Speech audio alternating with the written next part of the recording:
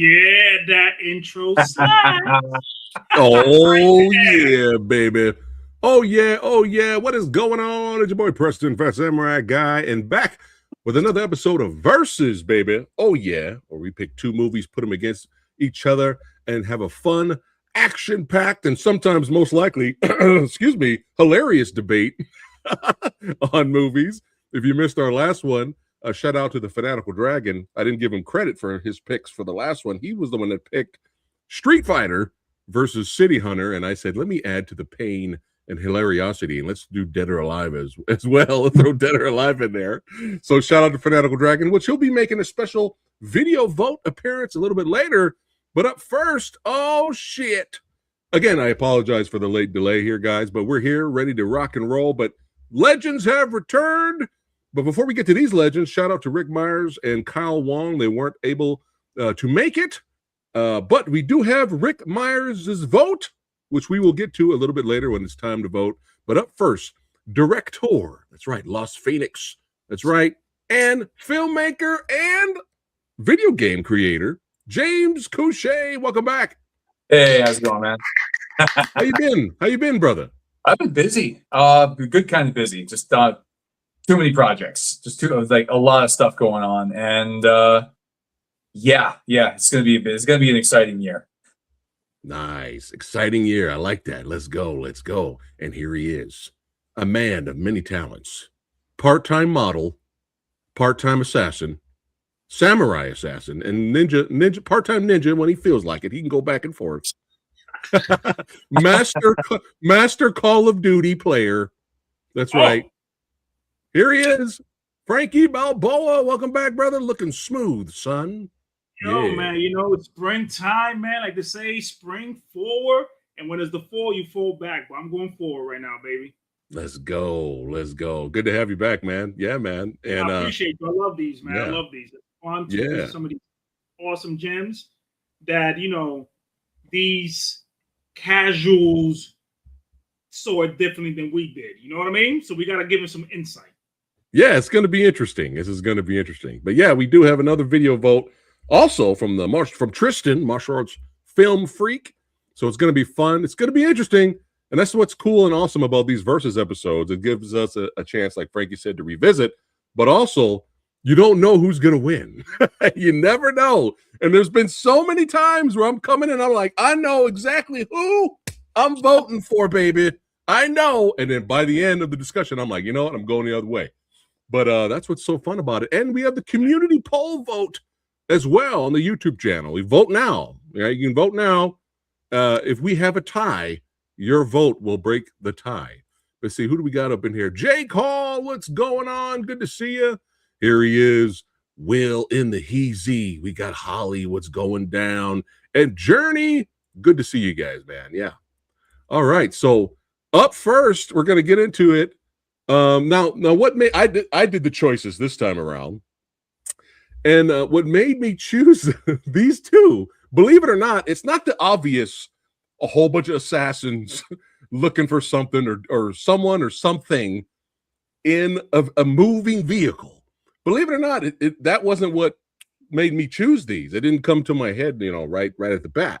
I was watching Fight or Flight, and while I was watching it, Josh Hartnett's character, I'm like, he's kind of reminding me of Brad Pitt's character a little bit, only because he doesn't look like he belongs there. Yes. He doesn't look like he belongs there at all, except the only difference is, you know, he kills everyone. Brad Pitt doesn't really kill anyone. I think he only killed one person, but, you know, on purpose. Everything else was all accidental kills because he's a peace-loving man. He's all about, you know, he doesn't even choose to take the gun with him when he goes on the mission in Bullet Train. But that's what really made me choose both of these. And then I was just like, oh yeah, they're both surrounded by assassins on moving vehicles. But I was like, both actors don't look like they belong there, which is the point of both films. They both look like they're out of their league. And that's, I was like, you know what? Let me go ahead and put these both together. So like, why not? So up first, this is going to be spoiler heavy for both films. Ooh. And James, up first, give us the plot synopsis for Bullet Train. We're going to start with that first. And and the legends that's involved with this, and director and all that good stuff. All right, so direct from IMDb. An unlucky assassin named Ladybug, codename, is determined to do his job peacefully after too many gigs have gone off the rails. But fate has other plans, and Ladybug's latest mission puts him on a collision course with lethal adversaries from around the globe, all with connected yet conflicting objectives on the world's fastest train. And that's Bullet Train. Based on a novel, based on a hit novel from Japan. Really? Yeah. Interesting. Interesting. Crazy. Like the minute that thing published, there was a bidding war for the movie rights. What? Mm-hmm. Really? Interesting. Interesting. And some controversy with the casting, but hey, whatever. I mean, you know, when you have an American, when Americans make it, you're going to have American actors. It's just kind of, it's just understood. Right. Gotcha. Directed by and some of the stars in this one, James. So it's directed by David Leitch, who is one half of the duo who made the first John Wick. He's also made Deadpool 2 and Atomic Blonde, Hobbs and Shaw. He's got quite the pedigree. The movie stars Brad Pitt as Ladybug, and a kind of a rare action role. He really doesn't do these kinds of characters very often. Yeah. Let's see here. Brian Tyree Williams, I think. Henry. Had Brian Tyree Henry. And wow, I'm suddenly blanking on some of these guys. Aaron Taylor Johnson played Assassin Brothers. Bad Bunny shows up. Zazie Beetz shows up. Yeah. Andrew Koji sobs his way through most of the movie. Hiroyuki Sanada shows up and just like destroys everybody. It is a cameo fest. There's so many like famous faces in this movie. It feels like David Leitch just called in every favor he had and got as many people in this movie as he could. Right. Yeah, correct. So believe it or not, me and Kyle reviewed this film when it came out. We did a trailer reaction to it and we lost our minds because of who's in this, who's direct. We lost our minds with the trailer reaction. So when we went to go see the movie, my review for Bullet Train back then was a little controversial. A lot of people were actually disappointed with my review of Bullet Train. But here's the thing, you guys got to remember, my expectations were through the fucking roof. They were skyrocketing, all right, through the roof. So my expectations were so high. And I love the show Warrior, and I became a big Andrew Koji fan, and I'm watching this movie, and that motherfucker doesn't do anything. I was pissed. I was so pissed. I was like, this dude, and you get to that moment at the end where, his father comes up, the great legendary Hiroyuki Sanada. He shows up at the end, and I was like, oh man, we're going to see father and son fight side by side against all these assassins, or maybe a 2-on-1 fight against Michael Shannon. Nope, we didn't get any of that. So that really like bummed me out because I'm like, dude, I was like, David, you're a legend, okay? You hired Andrew Koji. You got Andrew Koji in your movie, dude, and you're not gonna have him do anything. I think he only like stabbed 2 people. So there was a lot of things about Bullet Train when I first watched it I really enjoyed. I really liked. There were some funny moments. These 2 guys cracked me up. a lot of film. Yeah.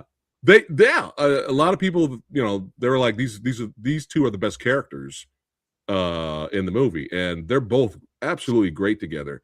And this is proof where if you give it's Aaron, right? Aaron Taylor Johnson. Yep. If you give Aaron the right role and script, he could do a phenomenal acting job.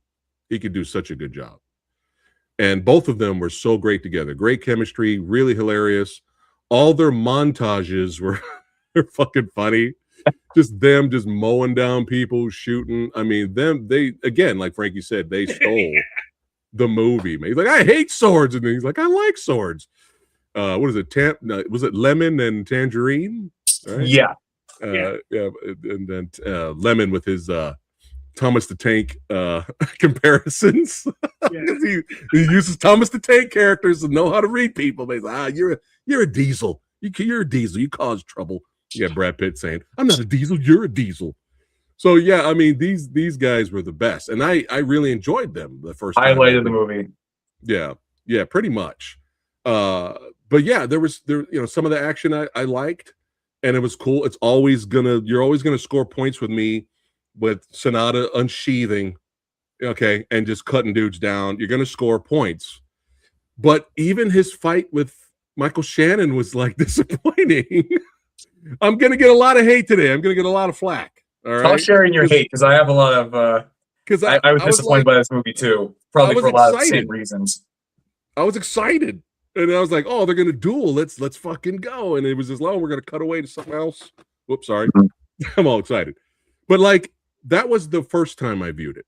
All right, we were even joking that the water bottle had more of a character arc than a lot of the other people in the movie. So we were like really kind of bashing the movie and more just disappointed in anything. I don't think we gave it like a bad review. It just wasn't that high. And everybody thought I was insane. Basically, they were like, "Samurai Guy, we're so disappointed, man." But unsubscribe, man. Screw this guy. But that was back then. How do I feel about the movie now? That's why I was kind of hoping Kyle could join us to see if he has changed his mind on it. But how do I feel about it now? Well, now that I have absolutely no expectations and going in, revisiting it, I really enjoyed it. I still have my pet peeves with the film, but now, time has passed. Time's passed, like no expectations, and it's a fun movie. Great production value, great cast, a lot of personality, and I enjoy it now. I definitely enjoy it now. Now, am I going to jizz all over it? Am I gonna have every time I watch the movie, I'm going to have some tissue over here?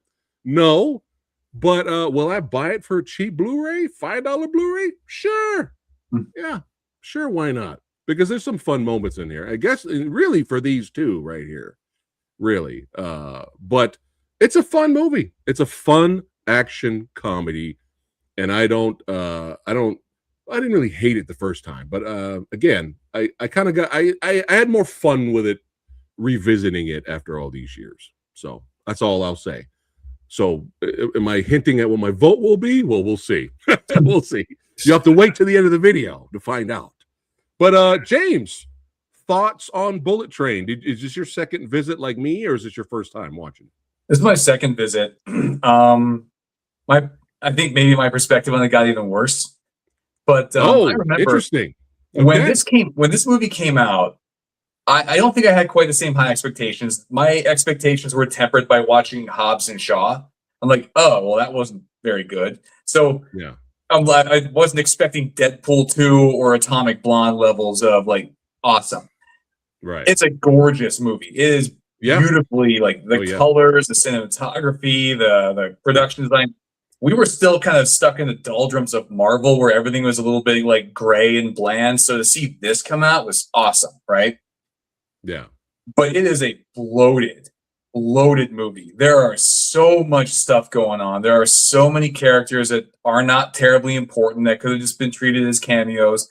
Bad Bunny was really good, but his character didn't really need to have a backstory. Zazie Beetz is great and everything. I didn't care about her backstory. It's just Zazie Beetz with like fighting Brad Pitt. That's all I needed. And I think cutting all that stuff out, like we're cutting it down, would have probably made the movie, flow better. Would have made it like more exciting, made it faster paced, definitely. Yeah. And the fight scenes, I remembered watching it, and this is before I kind of knew what I was looking at. But it kind of is it's the 87-11 training wheels fights where it's like, okay, Brad Pitt's not Scott Adkins. Hell, Brad Pitt's not even Tom Cruise. So you kind of have to give him pretty basic, relatively like easy to perform choreography.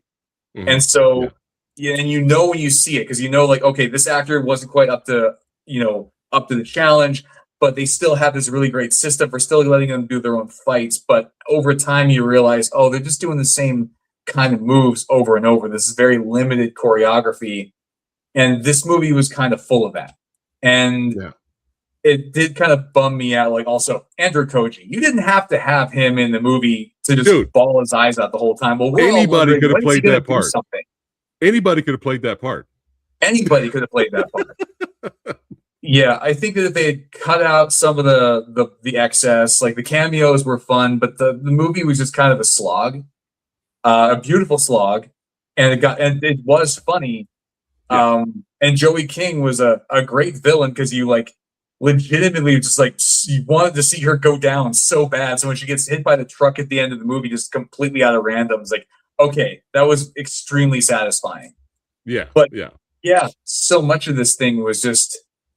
I liked it I enjoyed it the first time, and then the second time I watched it, I'm like, I'm so bored. Like, it's like can we just get through this? I don't care about this guy's whole wedding party getting massacred accidentally. Like, just have him fight Brad Pitt. That's all I care about. And for whatever reason, I don't know why, but I thought Marco Zaror was in both of these movies, and apparently no, he's only in Fight or Flight. Yeah. But I think I just kind of telegraphed my answer. But yeah, I think I was a bit probably more harsh on it than you were. And that, like, it's structure kind of sucks. Pacing sucks. The fights are decent, but they're definitely B tier 8711 as opposed to like A tier stuff like John Wick or Atomic Blonde. And it is a damn beautiful movie. I was stunned Daniel Bernhardt was not in this. I was speaking of things that would have elevated the film a little bit. Oh, I know for sure. I mean, yeah, and I get it. Bad Bunny is way more popular than Andrew Koji. I get it. But I mean, when the pop star, has more of an action fight sequence than Andrew Koji, bro. Come on. Man. Yeah. They could have hired someone else to play his son. Especially when he killed like maybe 2 people or something. It was so disappointing. Yeah. Don't tease us like that, guys. We love Andrew Koji. The guy rocks. And you did him dirty. Did he have a fight scene and he just didn't get time to shoot it? Like, could we have had a father and son fighting Michael Shannon fight? Because that would have been cool. Dude, that would have made the finale so much better and more meaningful. Oh yeah, for sure. So interesting. I enjoyed it more. I had more fun with it. Rewatching it again, and you were like less fun with it. Interesting. All right, let's see what the Shogun Supreme thinks about Bullet Train. Man, I saw this film when it hit Netflix. I didn't see it in the theater. And when it hit Netflix, I was like, this is a fucking crazy cast. I saw the director. Yeah. I saw Joey King. I'm like, oh, she was great. And the Princess film. I love that film. And I'm like, okay. And I keep scrolling down the IMDb list. And I'm like, wait a minute. Andrew Koji? Hidenuka Sanada's in this? Brad Pitt? I got to watch it. Yeah. So when I saw it the first time, the first 15 minutes, I'm like, why this film looks like it's edited by a TikToker. Yeah. Like, it's so ADHD. I'm like, what all these character intros? Like, I know that with Montages with a backstory, like, James explained. But when you do a backstory to a character, similar to the way Robert Rodriguez does it, you think you're going to get a badass encounter. Nah. It's just there. It's like those things could have served as backstory when they talk about my time in Mexico or something. Because the film was just like, I'm like, why are these characters here? They're not going to serve anything to the story, just to get mowed down. It's like giving a backstory to an NPC in a video game. At least like talking about video games, Dark Souls did it right because the NPC goes through the journey with you and gives you more of the lore. This doesn't do anything. It seemed like this film was a budget like, hey, I got this money. I want you guys here.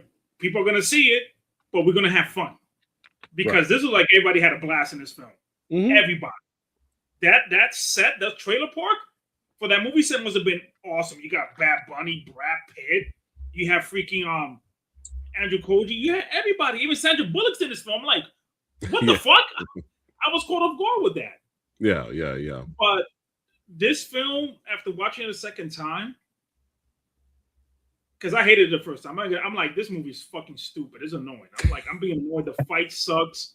The lighting is pissing me off. It looks like I'm watching at a Twitch gamer's fucking stream with all this neon saturated lighting. Some of the musical choices was not my cup of tea. Everything felt like I was at an EDM festival. I'm freaking Coke and MDM or something, bro. It was just when nothing's happening, and then they're hyping up the white. What was the dude's name? The white ghost or something? White Death. The White Death. But you keep seeing the same sequence. I'm like, show him why he's the man. No, I see him walking around like a Fortnite cut screen and nothing is happening. Just people bleeding and crying. And I'm like, show me why this guy's a badass. Right. Show me. Like, why are you so dope? But after watching the second time, I disregarded all of that. Okay. And I took it for what I was presenting. Okay. And Brian, what's his name? Brian Tyree Henry. Yep. And Aaron Taylor. Yeah. I stayed for them. Yeah. For me, I saw it like that was their movie, and Joe and Keane, everybody was supporting characters. When I viewed it like that, it was a not great, an entertaining comedy. There you go. Friends. Yeah. It was an entertaining comedy because I really loved their chemistry, the dynamics, some of the hijinks, like the accidental kills where Brad Pitt fights on Bad Bunny when he brings the damn suitcase up. And it deflects back and he goes, "Mi corazón." That's such Aladdin shit because we say that even with food, you know? So, yeah. But the whole thing seems like a giant missed opportunity. The whole freaking film, a lot of stuff could have been condensed now. This shouldn't have not been a 2-hour film. It should have not been at all. I'm like, what the fuck? Yeah. And when I found out it was based on a novel, the lighting didn't bother me because the way the antics are, everything seems very animated and cartoony. Yeah. It reminded me of the late 90s and early 2000s comic books from Cliffhanger, from Joe Madureira, Gilberto Ramos, when stuff was a mix between markers and digital, had this nice bleeding, saturated look to it. So you don't take the thing seriously. So I'm like, I forgot this film is gorgeous in 4K. It's beautiful. So it's one of those films I enjoy to a certain extent the second time with friends. I saw this with friends. We were like, what the fuck is this shit? Everybody was like, yo, we had a good laugh. Good. Because I'm usually, happy to hear that. Usually when I hear this new trend with a lot of films that have to be action with this witty banter that Tarantino made popular and everybody just ran off with, right. It annoys me. You see it in a lot of Marvel films. I'm like, everybody's self-aware, everybody's so edgy. But with this film, it was a good balance with it because how everything looks, everything's really goofy from the very beginning, and I go with consistency. So with the disappointing fights and everything, I enjoy watching the film for those three individuals: Joy Keane, Brian Tyree Henry, and Aaron Taylor, because man, they're freaking fun. And like you mentioned earlier, and it's something that a lot of us emphasize, why physical media is important, because if I see this in the bin for $5, I'm thinking about it like, you know what? I'm getting this goddamn disc because the sound is great. Yeah. I'm not a fan of some of the soundtrack, but there's some other musical choices I love, and it just looks great. It's just, not every film has to be a banger. There's something in there that just makes you laugh. Because these films we grew up with, you show it to people now, they think like, you like this dog shit? American Ninja? What the fuck? I'm like, man, that's blasphemous. Blasphemy. You know, or Ninja Terminator, you know, and the film reminds me of that era for some weird reason. I'm like, you know what? I'm glad that David took the studio money. Hey guys, I want me to do this shit. I really don't give a fuck. Let's have fun, have some drinks, and have a blast. And that's what I get from this movie. Everybody have fun. There you go. Yeah. Well said. Well said. And there's his character, Ladybug here, basically this all the whole him just having bad luck all the time. He ended up using that to his advantage, towards the end. But we're still, I think everyone's in agreement, even in chat right now is in agreement that they did Koji wrong. But super wrong, but what? There was some fun. I got Brian and Aaron. I love that. Yeah. When you watch certain films, the expectations not met. Right. And you watch a second time, you get to value stuff that you wasn't paying attention to because you were just focused. Come on, let these guys shine. Yeah. And I got to see two guys that I want to see them, in other films with. And I'm like, for me, the discovery is what made it special. I want to see what other work they do, So I'm kind of glad not both of them died. I'm kind of glad at least one of the brothers lived. In the movie. Honestly, once I saw Joey King, I ran straight there. I'm like, oh, this girl reminds me of all my Russian girlfriends. I'm watching this. I'm watching this. She looks like a demon. So yeah. Yeah, but yeah, we got Zazie Beetz saying "bitch" 1,000 times, was cracking me up. But yeah, there's definitely moments. I mean, like the cool moments here. But I agree with you, Frankie. We needed to see more of this. Yes, we need to see more that was of so fucking cool. Why does everyone fear the White Death? We needed to see more. I know they were trying to make him mysterious and stuff like that. But you do get some moments of some fun little action here and there. Anytime this legend unsheaths and cuts some people down, it's always a bonus. We just needed more. We just needed somebody in your chat. I gotta shout out your chat. Your chat is awesome and hysterical, bro. Somebody mentioned something very dope. That will be a great spin-off with freaking both of the characters, Tangerine and Lemon. That'd be great. I would watch that. Oh yeah, for sure. Well, imagine if they were the main characters and you had you all this investment in them because Tangerine. I think it was Tangerine was got trapped outside the train and had to get back inside. That was pretty intense, right? Imagine you're really invested in these guys' story and then one of them dies and you're just devastated. And you want to see the brother get his revenge for himself, his brother, and for you, the audience. I think it would have been a better movie if they had gone that route because as cool as Brad Pitt was, I don't know, it did kind of feel like he didn't really do much. He didn't grow a whole lot. He just was this. If anything, he probably would have worked better as just a comic relief. Yeah. Or a bumbling side character. He accepted his purpose after Sonata explained it to him. He had his one Jack Burton moment at the end, throwing the knife. That was this one Jack Burton moment. The way I see it, the way Ladybug was it's just a Tuesday. Hit him with that bison. Can I get a drink now? All right, cool. I'm getting the fuck out of here. We good. Because the guy, it was a Carver. The original guy had a stomach ache. Yeah. So he had to fill in for him. It's ridiculous. But yeah, Joey was great. And yeah, again, watching it with no expectations this time, I did enjoy it a lot more. Will it be my vote? Well, you're going to have to wait and find out. Oh, this was interesting. Look at this in chat right now. Look at this. Geeky in the house saying Bullet Train was so much fun. There we go. Will says, hopefully no Andrew Koji crying in the upcoming Street Fighter. I mean, I will get up and walk out the theater. I will walk out of the theater if that happens. Oh my God. But yeah, I'm so worried about that movie. I can't wait. I can't wait to watch both because we're going to do it, guys. We're going to do Street Fighter versus Mortal Kombat 2. It's going to happen. We're going to do it. It's going to be a bloodbath. It's going to be great. Oh, it's going to be great. But yeah, Red Eclipse says if you don't have high expectations, Bullet Train is fun to watch. But this is interesting. We got Finkster in the house. Look at it. He says here, Fight or Flight was a great, pleasant surprise. Bullet Train was a relative disappointment. Look at that.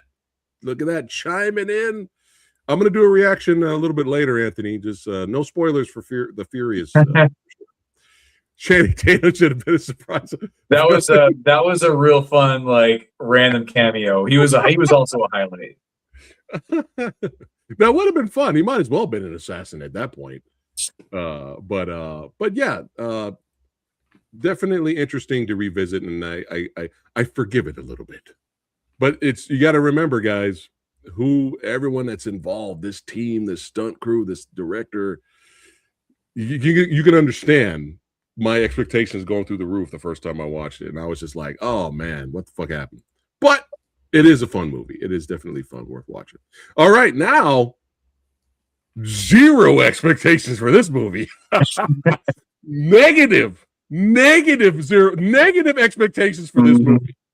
I saw the trailer and I was like, well, that might be fun. Oh, Marco Zaror's in it. Oh, Juju Chanseto's in it. 2 awesome legends that I've had on the channel and I've interviewed.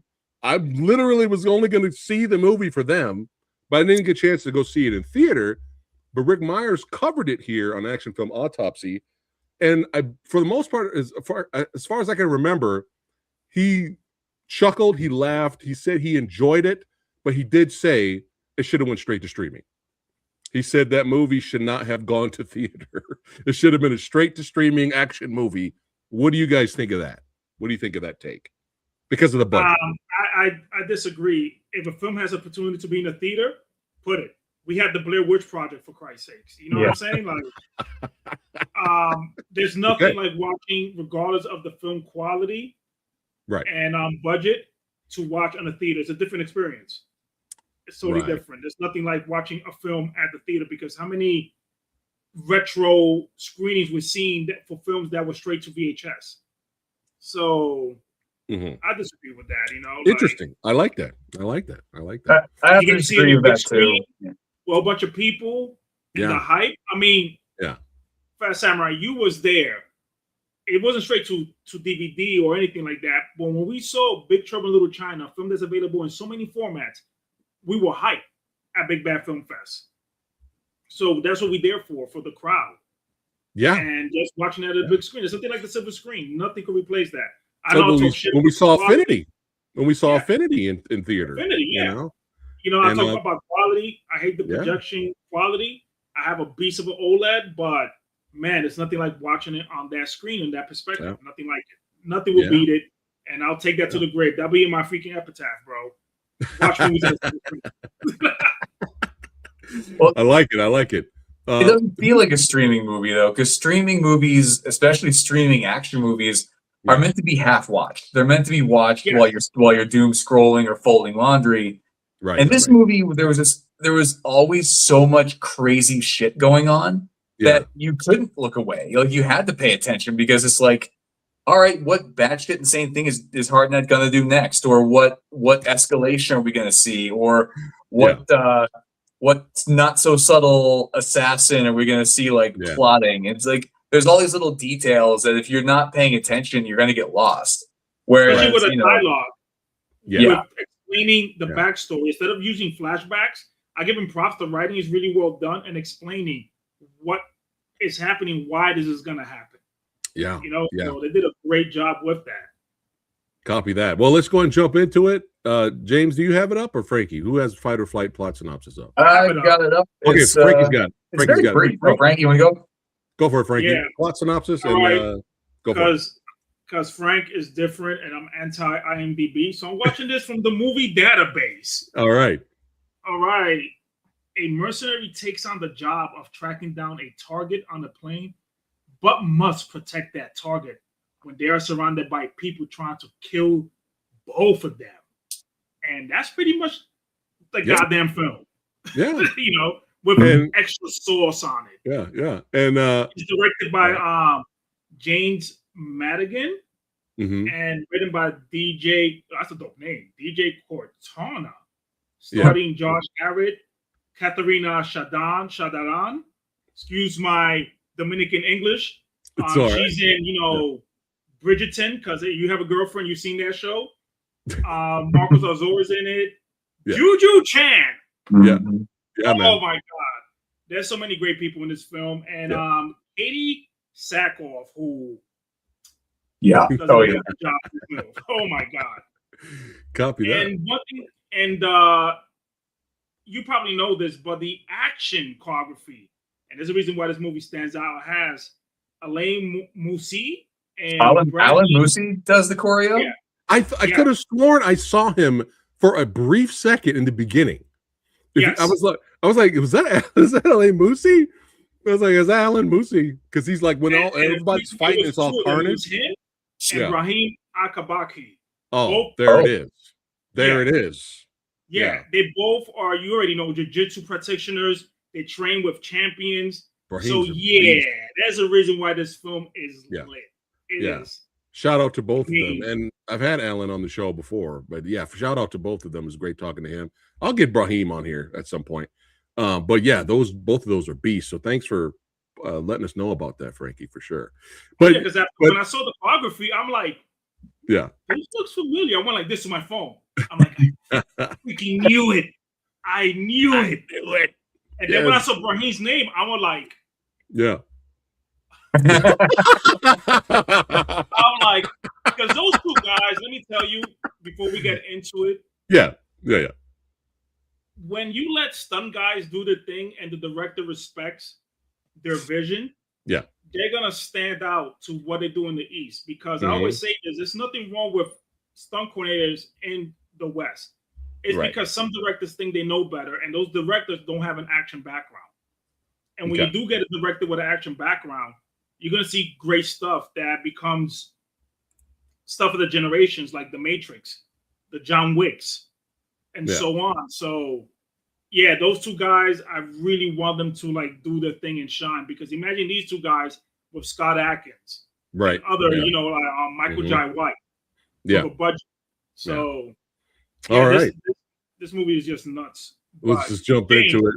Here's our hero, ladies and gentlemen. Here's our hero, ladies and gentlemen, right here.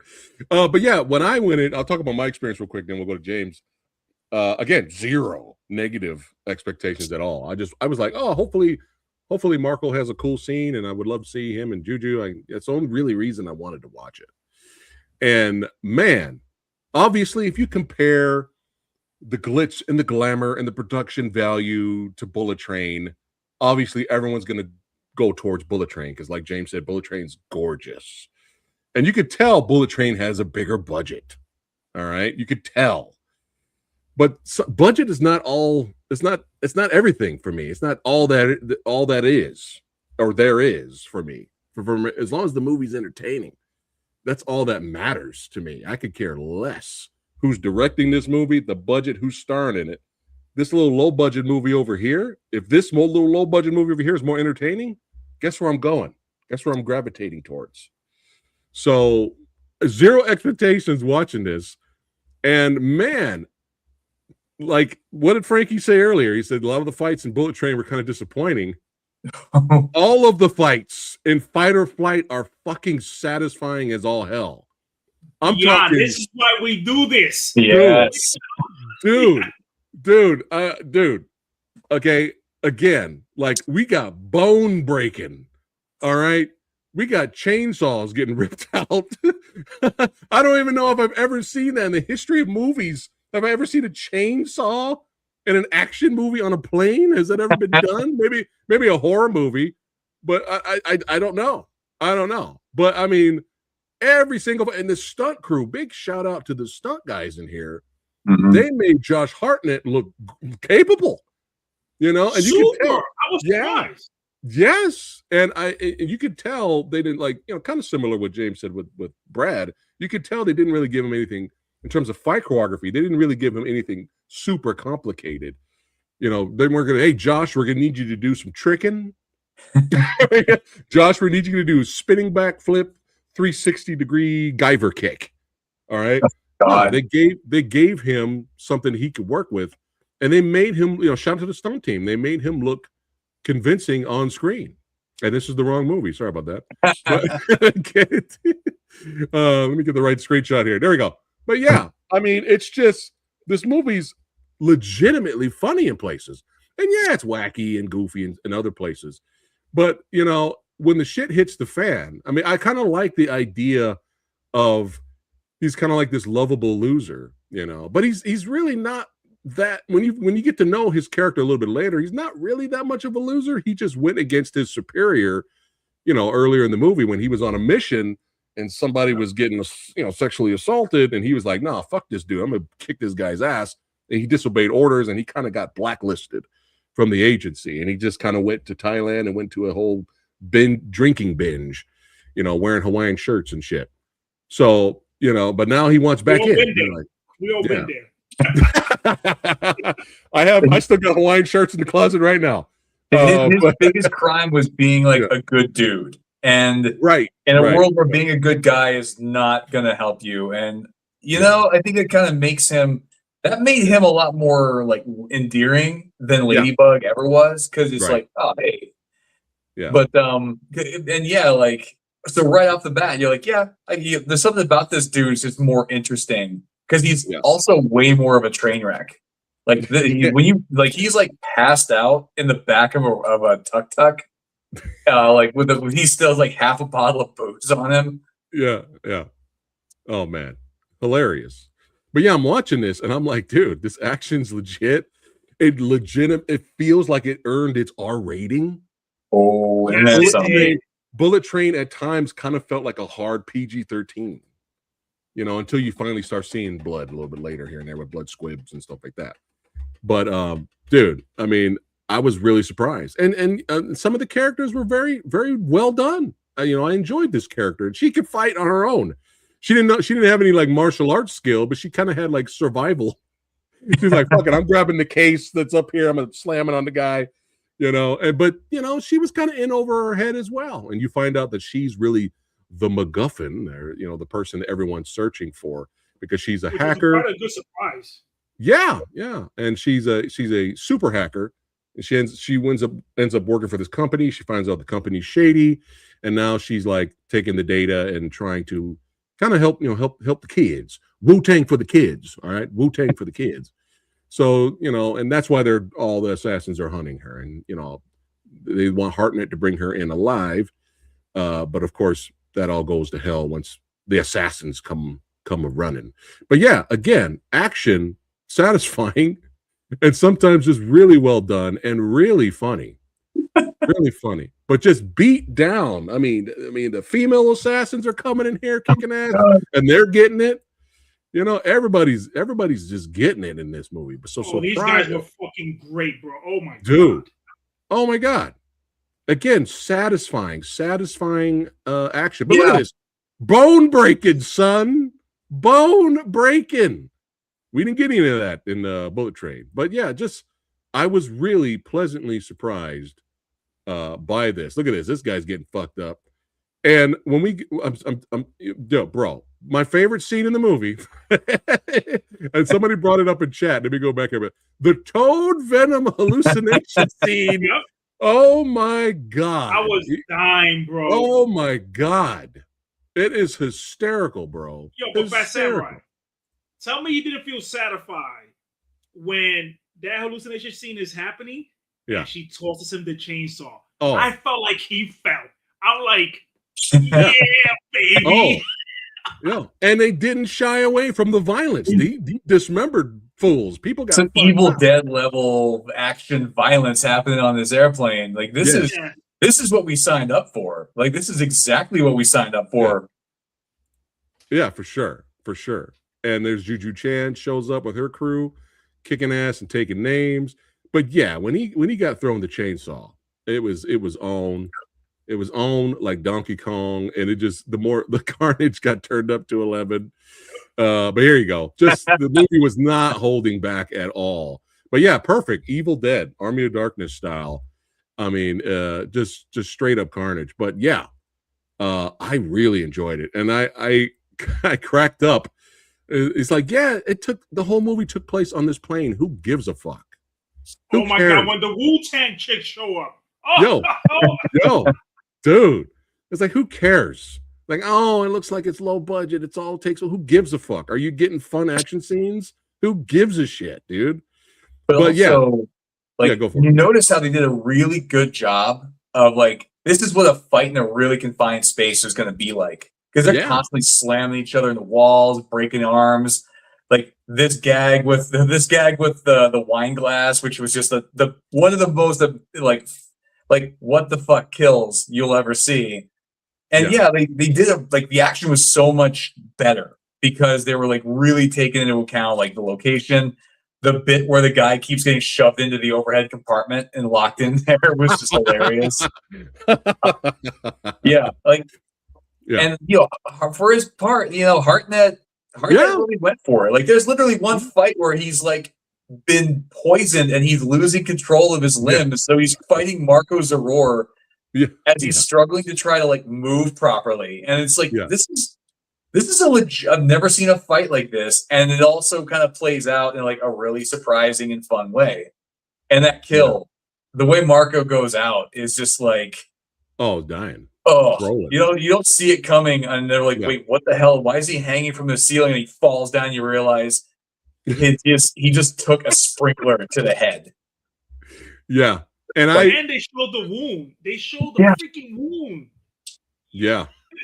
And I'm so happy they gave Marco Zawar time to shine too. We spent time with his character for a while. Yeah. Compared to the other assassins, we spent the most time with Marco. He had to sit down. He had back and forth with Josh. He got him a drink. He was telling him about his dance show he's trying to put together. He's trying to work on his dance. He gets to be a little weird, which is something Marco does really well. Yeah. And what a great fight. Right, what a great fight. But yeah, you get to spend some time with him a little bit. You know, it was nice. But yeah, he does weird very well if he needs to be, especially when he's villainous. He's so good, man. But I had a blast watching it, man. And this I will definitely buy on Blu-ray, or if it's on 4K, definitely buy. And this is a day one 4K for me, man. Yeah. And what cracked me up, man, was the ending, bro. Like, you think everything's fine, and then he wakes up literally in the middle of a war zone, and it kind of sets up for a sequel, or it's more of a like we could set it up for a sequel, or it's more of just what's one more joke before we end the movie when he thinks he's all fine, and then he wakes up and she's like, "I'm sorry, I had to bring you here," and it's just war zone. You know, it's just, and again, being creative with little will always score more points with me than big budget. We have all the money we want. We have the crew we want. We have everything. We have creative freedom, and we have all this budget. But this working with less will always impress me more in the long run. And Fight or Flight, man, is a fucking blast. James, anything? I know I did most of the talking there. Anything to say before we go to Frankie about your experience with watching Fight or Flight? I think watching Fight or Flight made me harsher on Bullet Train. Both of these movies have so much in common. They're so similar in so many ways. But Fight or Flight is the zero expectations, lower budget version that just does it better. And we see this happen all the time. There's like, here's the lower budget version of this big budget thing, or comparable thing, and the lower budget one is always like better, more creative. In this case, fully fucking deranged. Like, everything about this movie was deranged. Like, the kills were crazy, the story got nuts, it felt claustrophobic. The characters were a lot of fun, and I would think that the action was so much better because it was more creative. They used the space better than whereas Bullet Train just seemed to build like the biggest train ever so they can have all the space to fight. This is like, no, you have people literally fighting in like it's a pretty big jumbo jet, but at the same time, it's still a jet. There's still very limited space. Yeah, like there's so limited space to move. But yeah, I didn't have any expectations for this, and honestly, I feel bad that I slept on this for so long. And everybody. But we all kind of did, because it came out, it was out of theaters like 2 weeks, no promotion, no nothing. And I probably wouldn't even watch it if I didn't see Marco in it. I probably wouldn't even checked it out. Yeah. Nice. Copy that. Frankie. Thoughts on Fight or Flight? I love every aspect of this film. And the thing that surprised me the most was how much I gave a shit about every character, even the choices that were fucked up because of the situation they're in.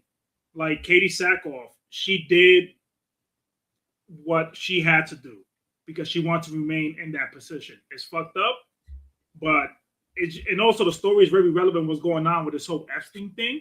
Yeah. So I'm like, okay, this is the angle we're going with. And the ghosts and all that stuff, how we try to hamper people trying to like do good for the world, like Eric Snowden. What was the guy? Eric Snowden. All this stuff is going through my mind, and I'm like, damn, I feel bad for this dude, And the jokes were great. It wasn't no witty banter, but the fights on these confined spaces really shocked the hell out of me. Yeah. I'm like, wait a minute. Very surprised. Camera staying still. I'm like, oh, this is going in. I had a few instances where you see a little jump cut, like for some of the hits, but I'm like, you know what? I let it slide. Yeah. It was only a few times because it was well choreographed scenes. But that fight scene, and James mentioned it, with the wine glass on this lady's eye where they had the Maori tattoo, like, you know, the Polynesian New Zealanders. Maori, That fight was nuts. Yeah. The fact that she kept fighting and we kept seeing this and they kept zooming in, I'm like, no way this is happening. Yeah. No way. Yeah. It was, and the thing is, her fight style, straight freaking elbows, brutal, a lot of leeway going to the attacks, follow through, like they were really trying to really hurt each other. I got a Hong Kong vibe, a Thailand vibe, also from the late 2000s. Yeah, it was really a well done scene. And when you think it's over, those three guys appear. I'm like, what the hell now? And when I saw that, when you see your limbs go like toothpick, I'm like, oh hell no. And there's so many you could talk about this scene. And then when the Wu-Tang ladies, the girls from the Wu-Tang Mountains pop up with a fly kick, I'm like, yeah, I'm like, what the fuck? But it's so much going on. And then the way they trying to keep the regular passengers like, hey, now everything is good, because one of the actors, I got him here, who for me was great. Danny Ashcott, he was one of the stewardess, the Indian looking guy. You know what I'm saying? Like, he was funny. The flight attendants in this film kept the balance, like you felt the anxiety from them, you know. So what the fuck is happening? It was just speaking. It was definitely great. I mean, I love everything, and I like the way the story was structured. Like I mentioned earlier, they did use flashbacks like that, but they were explaining things through dialogue, right? And what's going to go on. And there's something I noticed. I love little details that as the film progressed and is getting towards the end, if you notice when they're fighting, you see armpit sweat on their shirts on all of them. I love that. I'm like, when the guy picked up the dude and put him back in the compartment. Yeah. You see at least 4 or 5 dudes with armpit sweat. Yeah. And I'm like, wow. And they love poking eyeballs. I never seen so many eyeballs get poked with different items. It was ridiculous. And chainsaws. Let's go, man. I haven't enjoyed a climax for a film in so long, because when he was tripping balls, dude, and you got that lady there, and you start seeing fireworks, and you know, like, what the fuck? Is he really tripping? And then you realize what actually happened. And then you see the girl next to him all full of blood, looking like ready or not. I'm like, get the fuck out of here. And the funny thing is, this film tells you what it's going to be about from the beginning, but you're not expecting this. Yeah. The movie starts like a freaking Pantera show. And this is how it all began. Like, straight hard. And then it goes to Cemetery Gates. You know? I have no issues. Like, I usually am very nitpicky, but man, I like a lot of the actors in this movie. Yeah. All right. I love everything. Copy that. Well, I know chat and everybody watching right now are probably like, well, now we know where they're kind of going towards. Well, it's still not over, because we have 2 video guest votes, and Rick Myers submitted his vote. So, and I have a feeling, because I know both of these 2 other legends that are going to do their video votes, I kind of have a feeling they're going to go a certain way. So I don't know how this is going to turn out. Plus, I'm not surprised with the community post. I'm not surprised with the community post results. So that may break the tie if we have a tie. So let's go ahead and jump right into it. It's time to start voting. James, can you keep the tally? Can you keep the tally, sir? I will do my best. Okay. Up first, Rick Myers. That's right. Martial Arts Hall of Famer. That's right. Best-selling and award-winning author. His vote goes to Bullet Train. There you go. There we go. So we have one for Bullet Train. Okay, up next, we have the fanatical one right here who submitted his video vote. I kind of have a feeling I haven't watched any of these, believe it or not. I just kind of threw them up. I didn't have time. I was running late today. Sorry about that. So let's see where this legend goes towards. Let's check it out. Hey Samurai, hey folks. So it's versus time again. We're talking Bullet Train versus Fight or Flight. Not even close for me this time round. It's got to be Fight or Flight. I think it's an infinitely better movie compared to Bullet Train. Bullet Train, too much CG. Everything's too much of a joke, and not that many of the jokes land. Whereas Fight or Flight, genuinely pretty funny script with some incredible performances, much better action. Marco Zeror does phenomenally well in that movie, although he's in it for a little bit too short. But yeah, for me, Fight or Flight, easy, absolute no-brainer. Back to you guys. Bro, I did not see that coming, dude. Yo, shout out to the fanatical one. I did not see that coming at all. Wow. Whoa, he chose Fight or Flight. Wow, I'm stunned. I'm stunned. All right. Now I got to do some screen share action. I'm going to bring up Tristan's video right here. We can all watch it together. Let's see. Tristan always goes out with his videos. He goes all out. So let's see what he voted for. So we got one for Bullet Train and we got one for Fight or Flight. Let's see where Tristan goes.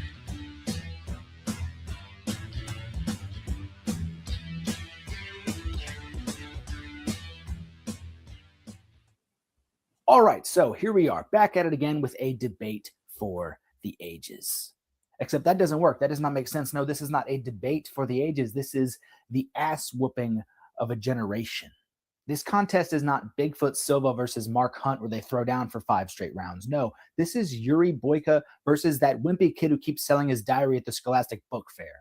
One movie directed by an experienced stuntman who has spent the last 15 or so years directing some of the most influential action movies of the century. The other movie directed by a VFX artist who was second unit director on 3 of the worst movies I've ever seen and 1 episode of a Marvel TV show that no one's ever watched.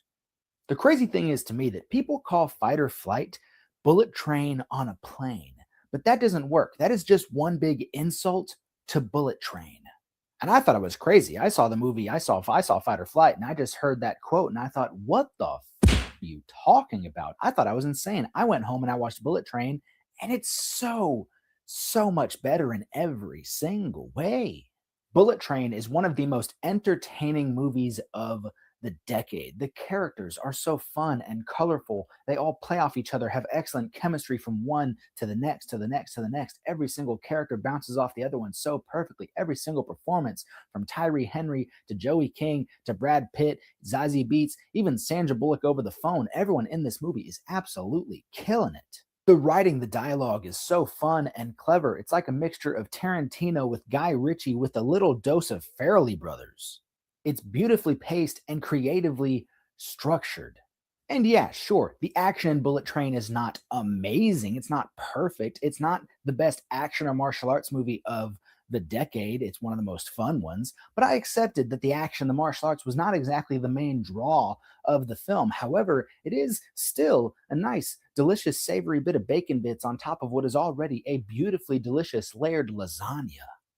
So all of those compliments that I just paid to Bullet Train, you can just subtract every single one of those from Fight or Flight. The only thing that Fight or Flight had going for it, the only draw that brought me into the movie theater, was Marco Zeror and Juju Chanzetto. And even they don't get to do a whole lot in this movie. Fight or Flight is bland. It is stale in both story and characters. Not a single performance outside of Josh Hartnett is doing anything to really catch any attention. No one is pulling the magic that we saw from the chemistry between Tyree Henry and Aaron Taylor Johnson in Bullet Train. It was so good. The dialogue is nauseatingly cliche for pretty much the entire movie. It's just stop talking. And even the action, even though it is far more abundant, there is much more action in Fight or Flight. Even that, for the most part, is pretty goddamn boring. Fight or Flight manages to make all of its action just this cartoony violence that feels like Jason Statham in Crank And John Wick had this just extremely mediocre baby.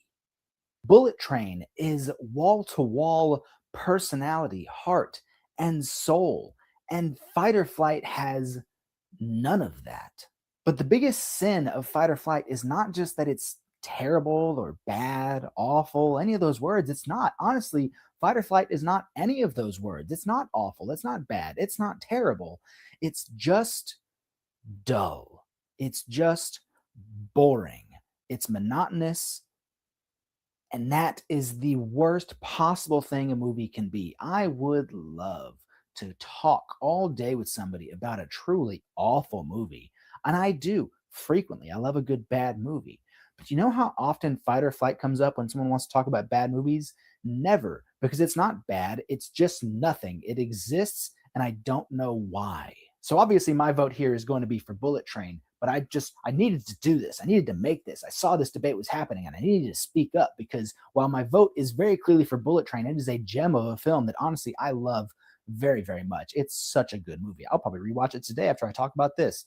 I need Fight or Flight to be shoved down and cast into the depths of hell. I just think it's that. Meh. It's just meh. It exists, and it's meh. But Josh Hartnett, I would like you to know that I'm not mad at you. I can never be mad at you, because you were in Bunraku, and Bunraku absolutely slaps. Go watch Bunraku. Bye.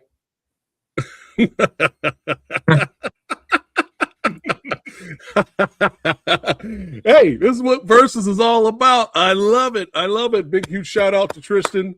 Thank you so much for sending that video. And I kept thinking of James when he said pacing. I'm like, yeah, did we watch the same movie? Were you watching on your phone? Like, did you have your phone out while watching? I don't. Yeah, literally all the things he said about Fight or Flight is the same shit I said about Bullet Train. Yeah. Oh, this is awesome. But I love it. I love it. That's what Versus is all about. Everybody with different opinions here. Look at Jim Jam says Fight or Flight for me. Look at that. We got a just now chat voting. Look at that. What's up? All the way from East Africa. Good to see you. Good to see you. Thank you. But yeah, great video as always. And yeah, he brought up some fun points. And again, I totally understand why people would most likely prefer Bullet Train more over Fight or Flight. I totally get it. But again, I'm kind of surprised Fanatical went Fight or Flight. I'm actually surprised. That stunned me. So where are we at now with the tally? So we have 2 for Bullet Train, 1 for Fight or Flight. 1 for Fight or Flight. All right. Well, let me go ahead. Jake Hall's putting his into his little vote here. Bullet Train. Let me go to the poll, because the way things are going right now, we're not going to have a tie today, buddy. So let me show the community poll. Again, not surprised at all. So much bigger budget, huge cast, great stunt team, great director, a lot of personality. I get it. I totally get why Bullet Train completely destroyed. Everybody voted. It wasn't even close. It wasn't even close. It wasn't even close. But I'm not surprised by this. I'm not surprised by this. You know, I mean, you want the new shiny toy, you know, or you want something that will last longer. The glossy blockbuster versus the scrappy low budget actioner. Here we go. We got a chat saying Bullet Train. We got another Fight or Flight for me. This is great. See, look at this Versus. It's all about everybody going back and forth. But you know where we're going, folks. You know where we're going. We're going to start with James. We're going to do it anyway. We're going to say our vote. James, who are you voting for? Who you got? Yeah, Fight or Flight all the way. It didn't have the budget. It also didn't have the pedigree of the team, but it did so much more than It was so much better than it had any right to be, and Bullet Train was so much more disappointing for the team it had at its disposal. Yeah. Okay. Frankie. Fight or Flight, bro. Okay. I just love everything about it. The story, the characters, and there's somebody tripping acid with a freaking goddamn chainsaw. That's all I need. Limbs are flying, bro. There's Wu-Tang ladies. There's elbows freaking with Maori people, bro. Like, I don't know what to tell you. I just love Firefly. Bullet Train was just, Yeah. So much violence committed against eyeballs. Put it like this. Yeah. I could rewatch Fight or Flight on my own, but Bullet Train, I can't do it. Right. I can't do it. You could say Bullet Train is more of a crowd pleaser. It is. If you have like buddies over, right? A couple of Modelos and Jameson, you could throw that bad boy on. Yeah, for sure. It's Fight or Flight for me all day. Well, you get a better reaction from Fight or Flight. The minute the chainsaw comes out, it's like, yep. True, but I'm trying to give Bullet Train something. A little something. It's the mainstream movie versus this movie is probably going to be a cult hit. So exactly. Right now it's most people like Bullet Train. Give it a couple of years, and Fight or Flight's gonna more people see Fight or Flight. I think the attitude will change. Oh yeah, it's gonna be one of those. And oh my god, this thing was so played out back in the day. This is such a classic, underseen gem. Watch, see the headlines. Mm-hmm. Hidden gem. There you go. Well, where am I going? Where am I voting for? Who am I? What? When? Why? Where? Well, I'm happy to say that I'm glad we did this, and it gave me a chance to revisit Bullet Train, because, like I said earlier, I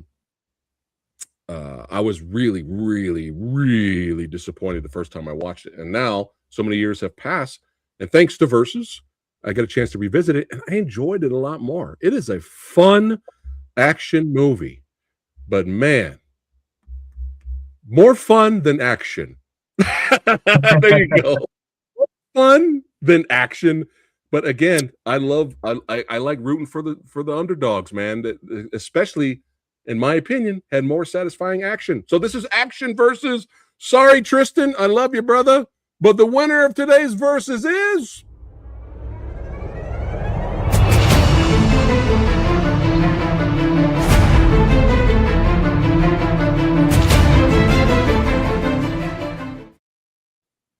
Oh my god, the picture you picked for Josh is so perfect with the winner. He's like, yeah. And now with our choice, we just broke the internet. We just broke the internet. we went against the popular consensus, which is exactly what happens when you have a cult film on your hand. You saw that voting poll. What was it? 93% to 7%? 93% to 7%. Here we go. Bullet Train is a date movie at best. Oh man. Oh wow. Shots fired. We didn't even say that. Oh, that's right. Hell yeah. Let's celebrate with Toad Venom. There you go. Well, this was a blast. And again, I enjoyed Bullet Train, and I wouldn't have been all angry if Bullet Train won, because it is a fun movie. But yeah, man, bone breaking, chainsaw slashing, and the Toad scene, man. I will remember that Toad Venom scene forever. I'll most likely forget about Bullet Train after I got done watching it today, except for the two brothers, and some other characters. And Joey was great too. But yeah, that's it for today's episode of Versus. Would have been interesting having Rick Myers here, and he loses. Usually Rick never loses. Versus. It would have been happens when you show up, Rick. Yeah, it would have been interesting. Rick most likely probably would have said something and be like, it makes sense why you guys voted for fight. Rick's got to take a shot somehow. But yeah, love you, Rick. But yeah, thank you guys for watching and hanging out on the channel today. Don't forget to like, share, and subscribe. The Old Samurai Guy. Continue to follow the Movie Dojo podcast right here on YouTube and on Spotify. Hype the video.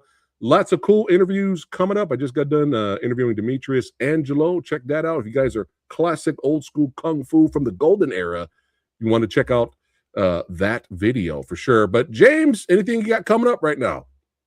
I was working on my documentary, Indie Action Rising, the art of micro-budget action cinema. Got a bunch of really good interviews done so far. That's round one. About to start round two. I got about another half dozen or so people to reach out to and hopefully talk about making action movies for no money. and while also having some really cool clips of kick-ass indie action movies. Nice. Excited to watch that, man. Definitely excited to watch that.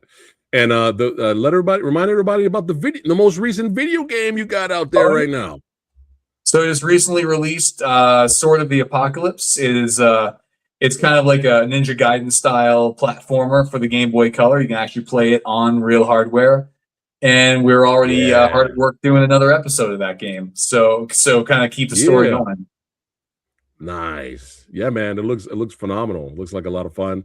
And Frankie, he's a if you think Samurai Guy's busy, this guy is even more busier than I am. What you got coming up, my friend? Well, I just wrapped up one of the most requested Hong Kong New Wave films. I just finished doing commentary with that. Collaborated with with 2 different regions to make this release happen.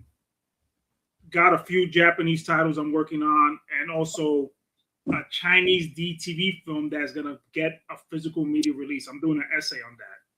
Nice. And on top of that, I got an amazing project launching next month where I'm gonna highlight individuals that need a voice in these films that portray that gangster lifestyle. So I'm gonna get people that live that life from Hong Kong, New York, and Japan, speak about their lifestyle and which films they find authentic that represent the lifestyle they live.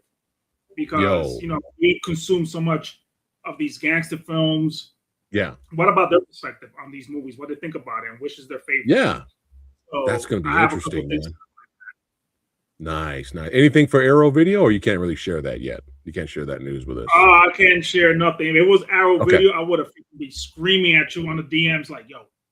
I got some few things. I'm taking it easy with projects because I need to keep this beautiful hair going.